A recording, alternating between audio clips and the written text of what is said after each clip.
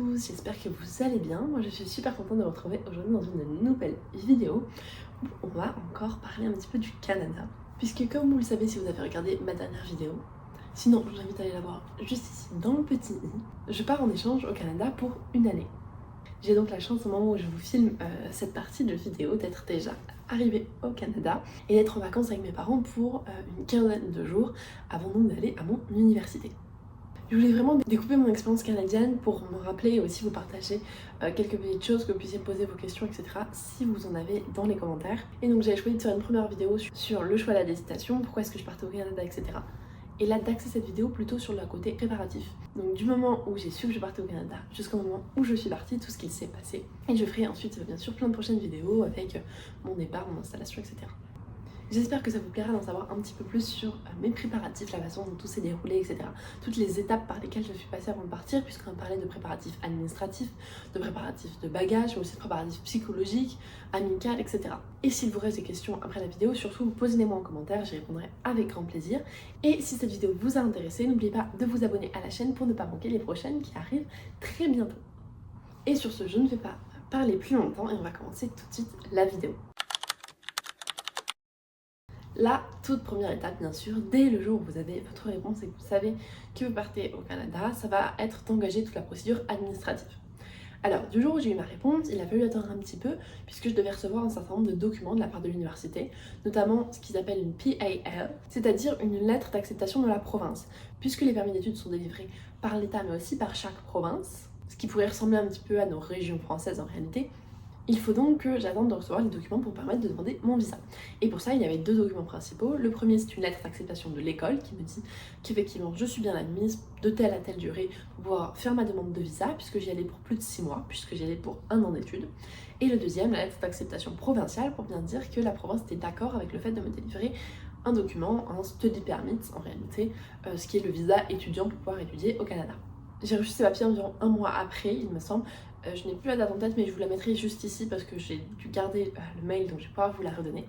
Et c'est une fois seulement que j'ai reçu ces deux documents que j'ai pu faire ma demande de visa. Pour ça, il fallait bien sûr avoir mon passeport que j'avais déjà obtenu avant, puisque je savais que je partirais en troisième année à l'étranger et je ne demandais que des destinations, ou presque, qui nécessitaient un passeport. Donc j'en avais fait la demande préalable puisque le délai peut être particulièrement long. De même pour mon permis de conduire international, j'avais déjà demandé avant puisque c'est un document qui nécessite un assez long délai, plus de 6 mois de délai pour l'obtenir. Début mai, j'avais donc en ma possession tous les documents nécessaires pour pouvoir faire ma demande et je me suis donc attelée sans plus attendre puisque le délai, alors ça peut varier sur les périodes, mais globalement il est entre 2 et 4 mois de délai pour obtenir le document. J'ai eu la chance de l'obtenir beaucoup plus rapidement, mais malgré tout ça peut être un délai assez long en fonction de tout un tas de paramètres administratifs, donc vraiment je vous conseille de vous y mettre le plus tôt possible dès début mai pour être certain de l'avoir au moment de votre départ puisque sinon vous ne pourrez pas partir. Pour demander mon study permit, il a fallu que je me connecte en ligne, que je me crée un compte, etc. sur la plateforme de l'immigration canadienne et que je remplisse tout un tas de données à propos de moi, de pourquoi je venais, de pour combien de temps, tout un tas d'antécédents, etc. Donc c'est ce que j'ai fait. Et il a aussi fallu que je prenne rendez-vous pour prendre ce qu'ils appellent les biométriques, c'est-à-dire les empreintes digitales et une photo d'identité. Alors il y a seulement 2 endroits en France qui le proposent, à Paris et à Lyon. Donc peu importe où vous habitez, il faudra forcément vous rendre à Paris et à Lyon pour pouvoir faire prendre ces données d'identification. Et il faut savoir que le délai de 2 à 4 mois ne commence qu'une fois qu'ils ont obtenu ces données d'identification, donc c'est vraiment important de le faire rapidement et de prendre bien ça en compte. Moi j'ai eu la chance que ce soit à Paris, donc j'ai pu prendre rendez-vous assez rapidement, quelque chose comme 2 à 3 jours après avoir commencé la procédure d'inscription, puisque vous ne pouvez pas prendre rendez-vous tant que vous n'avez pas fait votre demande préalable sur le site de l'immigration canadienne, donc il faut attendre d'avoir tous les documents, de faire la demande et ensuite vous pouvez prendre rendez-vous à partir d'un numéro qui vous a été attribué pour pouvoir prendre vos données biométriques. Mais ne vous inquiétez pas pour ça, il y a vraiment très peu d'attente. Enfin, à Paris, en tout cas, c'était dès le lendemain midi, je pouvais avoir un rendez-vous sans problème. Je me suis donc rendue à Paris. Alors, c'est en banlieue parisienne, mais voilà, je me suis rendue, j'ai fait mes données, etc. C'est quelque chose de très rapide, ça fait vraiment 5 à 10 minutes maximum, c'est extrêmement rapide. Après, il peut y avoir un petit peu d'attente avant de passer, puisqu'il peut y avoir du monde, etc. Mais globalement, c'est un processus qui va assez vite et on vous dit simplement très bien, et bien maintenant vous attendez la réponse dans quelques semaines, quelques mois. Et j'ai obtenu quelques semaines plus tard, fin mai, une réponse positive me disant que ma pré-demande avait en fait été acceptée et que j'avais donc le droit de me rendre à l'aéroport pour entrer sur le territoire canadien et qu'à l'aéroport, l'agent d'immigration déciderait ou non de m'attribuer ce study permit. C'est ça qui est un petit peu déroutant, c'est qu'en fait, vous pouvez tout à fait à l'aéroport être refusé et l'agent d'immigration vous dira simplement non, je ne souhaite pas vous attribuer de permis. Je pense que vous ne respectez pas telle et telle condition. Ça peut être des conditions économiques, puisqu'il y en a. Ça peut être des conditions de sortie du territoire, puisqu'on vous demande ensuite de bien justifier que vous allez retourner chez vous et que vous ne resterez pas sur le territoire canadien. Ça peut être aussi des conditions d'études. Ils pensent que vous n'avez pas réellement étudié. Enfin voilà, tout un tas de facteurs qui peuvent faire qu'ils vous le refusent. Alors, ça ne m'est pas arrivé. Je pense que ça arrive d'ailleurs extrêmement rarement, ce qui est pour moi du coup une très bonne chose. Et donc j'ai pu obtenir ces papiers à l'aéroport, mais je vous détaillerai tout ça dans une prochaine vidéo qui concernera le jour du grand départ. Donc la première étape, c'était bien de faire ces demandes de papiers administratifs, ce study permit, qui était un petit peu mon sésame pour pouvoir rester un an sur le territoire. On passe maintenant à la deuxième étape, et non pas des moindres, trouver un logement. Puisque c'est bien d'être accepté, mais maintenant il faut bien que je loge quelque part pendant cette année au Canada. Et j'ai choisi de demander à obtenir une chambre universitaire sur le campus, dans ce qui s'appelle ici les townhouses. C'est des sortes de petites colocations, de petites maisons de 4 personnes, où il y a au rez-de-chaussée une cuisine, salle à manger partagée, au premier étage 2 chambres et une salle de bain, et au deuxième étage 2 chambres et une salle de bain, et donc une petite maison pour 4 étudiants. J'ai donc choisi de faire cette demande, et j'ai été acceptée dans ces townhouses.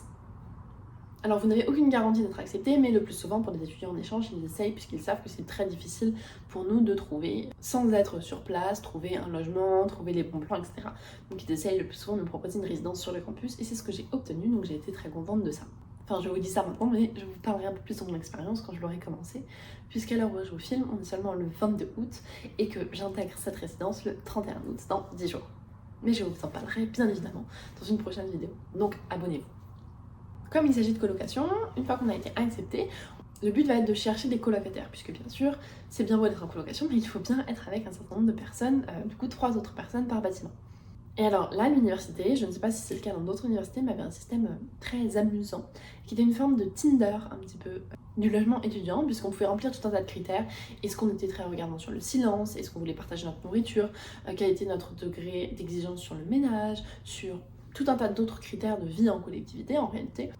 Et sur la base de ça, on matchait avec différentes personnes. Et donc moi, j'avais trouvé une autre personne, un étudiant chinois, qui matchait relativement bien avec moi. Et donc on a décidé de se mettre en groupe ensemble. Et on pouvait donc faire des groupes jusqu'à 4 personnes. Nous, on a été finalement que 2, puisqu'on n'a pas trouvé d'autres personnes avec qui on matchait très bien. Et donc, on sera tous les deux, c'est certain.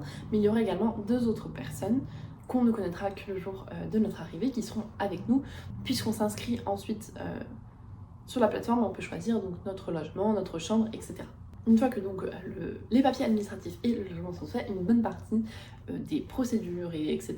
sont prêtes et il devient de plus en plus facile de se projeter dans le voyage. Et donc on s'est ensuite occupé de réserver les billets d'avion, les quelques hébergements, les Airbnb qu'on avait pris pour les vacances avec mes parents qui sont venus donc quelques jours avec moi.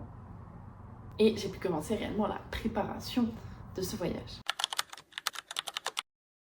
La première chose à faire est de commencer à se projeter donc, dans ce grand voyage, ce qui n'est pas évident puisque c'est l'inconnu total, on ne sait pas trop à quoi s'attendre. Et j'avoue que j'ai mis beaucoup de temps à me projeter réellement et je pense qu'en arrivant, en réalité, je ne m'étais pas vraiment projetée.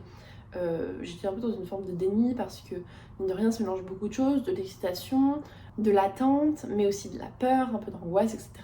Et donc il y a ce mélange de choses très positives qui vont nous arriver, mais aussi cette mélange de peur de l'inconnu. Donc je me suis pas vraiment projetée pour ne pas avoir de désillusions et ne pas trop angoisser aussi à l'avance, même si, voilà, très clairement, c'était un voyage que j'attendais avec impatience, mais qui aussi m'angoissait beaucoup. J'ai filmé notamment un moment que je vais vous laisser découvrir, où vous verrez que voilà, la projection par moments se fait comme quelque chose d'extrêmement positif qui va nous apporter beaucoup, mais par moments aussi comme quelque chose d'assez difficile et qui n'est pas toujours évident. Ça m'arrive jamais de prendre la caméra comme ça, du coup j'avoue que c'est un peu bizarre, mais je me suis dit que c'était intéressant de filmer pour vous le mettre dans un futur vlog Canada Diary. J'avoue que je suis un peu stressée et très angoissée ce soir. En même temps, je le suis de plus en plus ces derniers temps. Le départ, c'est dans un mois. Et clairement, je commence à réaliser, à avoir vraiment un peu peur d'être très angoissée par des détails et tout ça parce que l'inconnu et tout ça, ça m'angoisse. Du coup, je suis stressée, j'ai les cerveaux pleins de trucs, je dors très mal ces derniers jours. Donc bon, c'est pas génial. Et puis, mon copain passe ses concours d'ingénieur en ce moment, donc je peux pas trop lui parler de mes angoisses et tout. Il a pas forcément le temps ni la tête à ça. Et mes parents, clairement, ils ont pas du tout la tête à ça. Enfin, pour eux, c'est encore loin et j'ai pas envie de leur rajouter mon angoisse à leur. Enfin bref, voilà. Du coup, c'est un peu compliqué et j'avoue, je stresse pas mal. Donc je sais que ça se passera bien, que ce sera une super expérience. Mais je pense que ce sera pas facile tous les jours, au moins au début. Bon, je sais pas trop pourquoi, mais voilà. Ça m'angoisse et tout. Donc voilà, ça fait aussi partie de la préparation et du voyage. Donc je voulais quand même vous le partager, ces moments d'angoisse, ces moments où on se sent pas vraiment bien. Parce que vous allez peut-être passer par là aussi et que l'idée de partir, il y a des moments où c'est génial. Mais il y a aussi plein de moments où on se dit waouh, c'est quand même loin. C'est la première fois que je pars solo et j'ai peut-être pas hyper envie. Donc voilà. Comme vous l'avez vu, c'est donc pas toujours facile de se projeter. Malgré tout, il y a énormément de moments où j'étais très heureuse et très dans l'attente vraiment de partir, puisque je sais que cette expérience va être extrêmement riche et va m'apporter une foule de choses que je suis extrêmement heureuse et reconnaissante de pouvoir vivre, que ce soit progresser en anglais, faire des nouvelles rencontres, développer des nouvelles compétences, commencer à vivre réellement de manière autonome, toutes ces choses finalement que je n'aurais pas vécues du tout de la même façon en France. J'ai extrêmement hâte de commencer vraiment mon aventure toute seule à partir du 31 août. La projection se fait d'ailleurs tout au long des préparatifs, mais aussi pendant le voyage. Je pense que petit à petit, on réalise et on se projette dans de nouvelles choses. Par exemple, là, je me projette beaucoup plus dans ce qui va arriver à partir du 31 août, alors que je ne me projetais pas du tout il y a quelques semaines, puisque forcément, ça se rapproche et je sens les choses de plus en plus concrètes. Il reste néanmoins une étape administrative, on va dire, qui va être le choix des cours, et je vais vous parler de mon expérience personnelle. Alors, il y a peut-être d'autres manières de le faire dans d'autres universités, je ne sais pas, mais mon expérience, ça a été qu'on fait des vœux, on demande un certain nombre de cours qui vont être ensuite validés par le service des échanges et par les sortes d'UFR, si vous avez ça dans une université française. L'équivalent ici serait un petit peu comme les UFR, l'UFR de mathématiques, l'UFR de sociologie, l'UFR d'économie, l'UFR de criminologie, etc. Et donc j'ai demandé un certain nombre de cours qui ont été validés, et sur cette base-là, je devais créer, grâce à un outil qui est assez bien fait, me créer un emploi du temps qui soit compatible en termes de campus, d'horaire, etc. Et ensuite leur soumettre, et eux m'inscrivaient dans les cours si possible. Ou alors j'avais aussi quelques cours backup pour qu'ils puissent, si jamais il n'y avait plus de place dans un cours, m'inscrire. Mais j'ai pas eu de problème, j'ai eu les cours que je voulais avec l'emploi de temps que je voulais. Donc c'était pour ça une très bonne chose pour moi. Je vous détaillerai mon emploi du temps dans une prochaine vidéo quand je vous expliquerai un petit peu l'organisation de ma semaine, etc. Quand les cours commençaient. Mais voilà, globalement, c'était pour vous parler un peu de ce processus qui je trouve très bien fait, puisque c'est sur une base de vœux et de vérifier avant que vous avez bien les antécédents nécessaires à intégrer ces cours. Et par la suite, ce sont eux qui vous inscrivent, donc ça fait quand même un stress en moins par rapport au fait de devoir s'inscrire sinon tout seul sur une plateforme qu'on ne connaît pas, etc. Donc pour ça a été vraiment extrêmement facile pour le choix des cours. Et d'autant plus qu'en tant qu'étudiante en échange, j'avais accès à une multitude de cours dans une multitude de domaines différents. Donc vraiment, j'ai pu faire des choix qui m'intéressaient sincèrement, et je suis ravie des cours que je vais suivre. J'espère qu'ils m'intéresseront tout autant et que j'en ferai un bilan tout aussi positif à la fin du semestre. Ce processus de choix des cours a lieu début juillet. Et donc maintenant on est déjà début juillet, vous voyez où je vais en venir sans doute, c'est qu'il va être tout le temps de vraiment se préparer les affaires et préparer le départ. La première chose à faire, c'est de commencer, alors j'ai commencé même plus tôt, vers début mi-juin, à rassembler quelques affaires particulières que je voulais absolument emmener, notamment en vidant mon appartement, puisque bien évidemment il faut rendre l'appartement dans lequel j'ai habité ces 2 années à Paris, puisque je n'y serai plus cette année. Et donc avant mon déménagement, j'ai commencé par faire des tas particuliers de choses que je voulais mettre dans ma valise. Alors il n'y avait pas grand chose, vous verrez dans la vidéo, je vous ai filmé quelques petits moments, donc vous verrez un petit peu mieux, et voilà, j'avais quelques petites choses que j'aurais souhaité emmener. J'ai finalement même pas tout emmené parce que j'avais pas la place, mais voilà, au moins j'avais des choses particulières, je n'avais pas besoin de revider toutes mes affaires de déménagement. Ensuite j'ai pu laisser les choses rangées dans les cartons, etc. Mais au moins ça me permettait de dégrossir le travail. Donc la première chose à faire, c'est de commencer à mettre des choses de côté. La deuxième étape, c'est de déménager, puisqu'il a fallu quitter mon ancien appartement. Alors ça a été un peu pas un crève-cœur, mais voilà, ça m'a fait un petit pincement au cœur de laisser cet appartement dans lequel j'étais si bien et dans lequel j'ai vécu pendant 2 années beaucoup de choses. J'ai beaucoup appris, beaucoup grandi, beaucoup étudié aussi. Voilà, j'ai vécu plein de choses.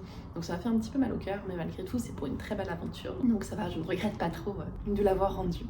Et la troisième chose à faire, ça va être bien sûr commencer les préparatifs des bagages. Alors j'ai commencé mes préparatifs assez tard, vous le verrez dans quelques instants dans ce que je vous ai filmé, mais c'est vrai qu'il vaut mieux commencer 1 à 2 semaines avant, notamment pour pouvoir racheter des choses si vous avez besoin, si vous avez oublié des affaires qui vous paraissent essentielles et que vous trouverez plus difficilement sur place. C'est bien de s'y prendre un petit peu en avance pour avoir le temps et surtout être sûr de ne rien oublier, prendre le temps de refaire plusieurs trucs. J'ai dû trier plusieurs fois puisque bien évidemment j'avais initialement prévu trop de choses au vu de la capacité que je pouvais emmener puisque je pars en avion, donc j'avais le droit à 2 bagages de 23 kg et j'avais trop de choses, donc j'ai du coup enlevé petit à petit, etc. Pour avoir au final 2 bagages, je crois, de 22 kg. Donc je vous recommande de ne pas faire comme moi et de vous y prendre un petit peu plus à l'avance que moi, même si en réalité, comme je n'avais rien besoin d'acheter sauf une valise, tout s'est bien passé. Je vous prends aujourd'hui, on est le 6 août et on va commencer une étape qui est assez importante puisque je pars le 14 août, donc dans une semaine maintenant. Ça approche à grands pas et il s'agit bien évidemment de ma valise. Même si je pars dans une semaine, j'avais pas encore commencé puisque j'ai pas arrêté, j'ai fait plein de choses, j'ai vadrouillé à droite à gauche, j'avais un planning assez chargé. Mais là, je pense qu'il est grand temps que je m'en occupe, surtout que demain, je fête mon anniversaire, donc je serai pas trop dispo. Ensuite, les 3 jours suivants, je ne serai pas non plus puisque je serai à Bruxelles avec une amie. Ensuite, j'ai une épreuve des Jeux Olympiques, un concert, et ce sera déjà le jour du grand départ. Donc il est vraiment plus que temps que je me mette à préparer mes affaires puisqu'il faut que je fasse rentrer un an de ma vie dans 2 valises. Sachant qu'en plus pour le moment je n'ai qu'une seule valise, il va falloir que j'aille en acheter une d'ici mon départ, du coup la semaine prochaine. J'avoue, je pense que j'ai un petit peu repoussé le moment de faire ma valise de manière plus ou moins consciente. Ça veut dire que la fin des vacances approche, que le départ approche, donc j'étais pas forcément trop pressée de la faire, mais je pense que là, ça va devenir vraiment important si je veux être sûre de ne rien oublier, de prendre le temps de bien choisir mes affaires pour pas me retrouver sur place à me dire mince, j'aurais dû prendre ça, et puis ça, et puis ça, et puis ça, ah, et puis ça me sert à rien. Enfin voilà, comme je suis championne du monde pour le faire. Donc je vais essayer cette fois-ci de faire une valise vraiment de qualité. Et sur ce, on va s'y mettre sans plus attendre parce qu'il est déjà 11h30 puisque ce matin j'avais rendez-vous chez le médecin, j'ai dû aller chercher les médicaments, j'ai rangé mes affaires, j'ai fait du repassage, etc. Plein de choses. Donc il est grand temps de s'y mettre, sachant qu'en plus j'ai encore des lessives qui sont en train de tourner, qu'il faut que je fasse tourner, que je repasse, etc. Donc il s'agit de ne pas perdre de temps. J'ai commencé par faire de la place, donc j'ai enlevé toutes mes peluches, toute ma couette, etc. pour poser les trucs sur mon lit. Pareil, j'ai fait de la place par terre, sur mon bureau aussi, il faut juste que j'aille chercher des cintres pour suspendre mes chemises. Et comme ça, voilà, j'ai vraiment de l'espace pour pouvoir tout installer. Puisque je pense que je vais avoir quand même beaucoup d'affaires et que mon tri va me prendre un peu de temps. Pour commencer, je viens de sortir tout ce que j'avais mis de côté depuis déjà plusieurs mois, puisque c'est vraiment que je commence à accumuler certaines choses depuis que j'ai déménagé un appartement, etc. Donc de faire des boîtes avec des choses que je veux emmener. Donc là, je vais retrier, j'ai tout ce que j'ai là. Donc j'ai un grand sac, quelques trucs vides et une boîte bien remplie aussi. Donc j'ai commencé par trier ça.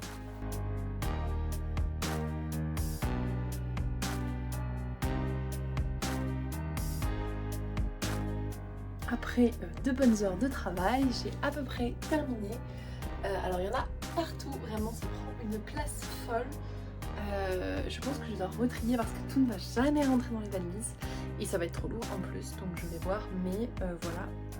C'est déjà une bonne première étape de fait, il faudrait juste que je fasse de la place si je veux dormir là ce soir, sinon je le mènerai peut-être dans une autre pièce et tant pis, je laisserai mon bazar, je vais voir ça. Mais je suis super contente parce que c'est une bonne chose de faite et que ça rend concret, on va dire, le départ. Comme vous voyez, j'ai un peu chaud parce qu'on est sur les tables la plus compliquées, c'est-à-dire tout trier, donc essayer de faire entrer dans les valises, ressortir, enlever des choses, en remettre, etc. C'est pas évident et qu'est-ce que ça donne chaud! Une fois que les valises sont prêtes, la quasi-totalité des choses sont finalement prêtes. Vous avez rendu votre logement, obtenu vos papiers administratifs, fait votre valise. Et donc en fait, il n'y a plus qu'à partir, dire au revoir à tous ceux que vous aimez. Voilà, petit à petit, vos parents, vos amis, votre famille. Ça n'a pas été un moment trop difficile, je pense qu'il faut faire ça un petit peu comme on arrache un pansement, très vite finalement. Et voilà, mon copain par exemple, on s'est dit au revoir presque comme on se dirait au revoir au quotidien si on savait qu'on se voyait le lendemain, parce que c'est plus facile et que ça évite des adieux déchirants, ce genre de choses. Il vaut mieux partir sur une bonne note et simplement voilà, se dire au revoir et en rester là comme on ferait au quotidien finalement. C'est pas un moment très agréable, mais ça passe finalement assez vite et surtout j'essaie de me concentrer sur Une autre étape qui est pour moi très importante, c'est le fait de profiter des derniers moments, vivre des moments avec ses amis, vivre des moments avec sa famille, vivre des choses aussi pour soi, mais voilà, profiter de toutes les choses qu'on a en France, de toutes ces habitudes, de toutes ces choses qu'on peut faire parce qu'on connaît bien le pays, etc. Et donc j'essaie de vivre bien tout ça vraiment à fond.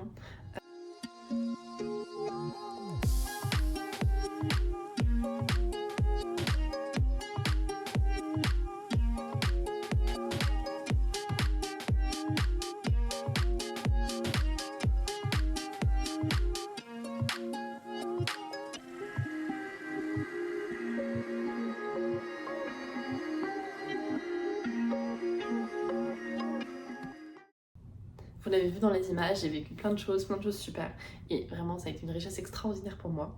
Ces derniers moments à partager avec tous ceux que j'aime et à faire plein de choses que j'aime. Donc vraiment, j'ai passé des super moments. Ça m'a aussi évité de pas mal stresser, puisque du coup, j'avais la tête très occupée, puisque j'ai fait plein de choses. J'ai été en voyage à Bruxelles, j'ai été quelques jours avec des copines en Normandie, j'ai été voir des concerts, j'ai été voir des épreuves des JO, j'ai été passer du temps avec mes proches, etc. Donc vraiment, je n'ai pas arrêté. Mais c'est vrai que du coup, ça m'a créé de très beaux souvenirs avec lesquels je suis partie dans mon sac à dos. Et puis ça y est, on a dit au revoir à tout le monde, et puis c'est le moment du grand départ. On quitte sa maison, on quitte ses habitudes, et on saute vers quelque chose de nouveau, de très excitant, d'un petit peu angoissant aussi, mais surtout vers, je pense, une des plus grandes aventures que je vais vivre de toute ma vie. Et bien évidemment, je vous filme plein de choses pour vous faire vivre avec moi cette grande aventure. Et je vous laisse avec les dernières images filmées en temps réel avant la fin de cette vidéo, puisque je vous retrouverai dans la prochaine vidéo où je vous ai vlogué le jour du grand départ. Il est minuit 45, je vais aller me coucher.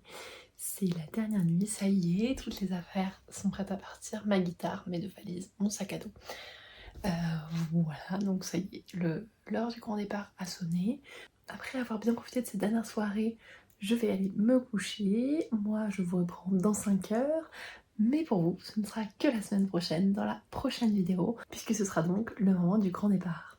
J'espère en tout cas que cette vidéo vous a plu. N'oubliez pas de vous abonner pour ne pas manquer la prochaine vidéo qui sera dans la suite de celle-ci et qui, je suis sûre, sera d'autant plus passionnante et pleine de rebondissements que je n'imagine pas encore. N'oubliez pas également de liker la vidéo, ça me montre que vous appréciez et ça m'incite à en faire de nouvelles.